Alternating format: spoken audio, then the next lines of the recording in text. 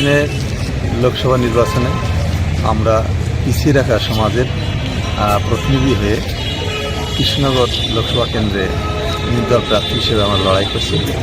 এই লড়াইয়ের ভূমিকা একটাই, পিছিয়ে রাখা সমাজের শিক্ষা, ধর্ম, নীতিশিক্ষা, অর্থনৈতিক এবং শিক্ষা সব দিক দিয়ে উন্নত করার জন্যই আমরা এই আন্দোলনে নেমেছি। আমরা আমাদের প্রতিদ্বন্দ্বী আমরাই, এবং পিছিয়ে রাখা সমাজের যে দাবি সেগুলো বিগত দিনের সম্পূর্ণ হয়নি। তার জন্যই আমরা নির্দল প্রার্থী হিসাবে আমরা আন্দোলনের মাধ্যমে তাদের জানাতে চাই যে আমাদের দাবি দেওয়া যতদিন সম্পূর্ণ না হবে ততদিন এই আন্দোলন আমরা চালিয়ে যাব। আগামী যে লোকসভা নির্বাচন আসছে সেখানে জিতলে মানুষের কাছে কী কী আশা নিয়ে যাবেন আপনারা?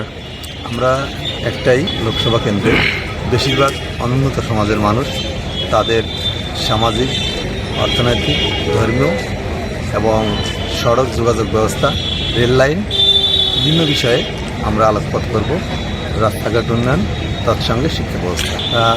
উত্তর নদিয়া মানুষের দীর্ঘদিনের একটা আশা যে কৃষ্ণনগর থেকে করিমপুর যে রেল লাইন হওয়ার প্রত্যাশায় ছিল, কিন্তু সেই প্রত্যাশা আজও পূর্ণ হয়নি। তাই সম্পূর্ণভাবে রাজ্য এবং কেন্দ্রীয় সরকার এখানে ব্যর্থ হয়ে আমরা চাইছি যে কৃষ্ণনগর থেকে করিমপুর এই রেল লাইন তৈরি হোক এবং উত্তর নদিয়ার মানুষ এর থেকে শিক্ষা, অর্থনীতি এবং ধর্মীয়ভাবে সম্পূর্ণ সুযোগ সুবিধা পায়। আগামী দিনে লোকসভা নির্বাচন জিতলে কী কী উন্নতির পথে যাবেন? আমরা প্রথমেই কৃষ্ণনগর থেকে করিমপুর যে রেল লাইন, সেই রেল লাইনের সুব্যবস্থা করার জন্য আমরা কেন্দ্র সরকারের কাছে যথেষ্টভাবে আবেদন করে নেব। আপনার নাম? আমার নাম সঞ্জিত বিশ্বাস।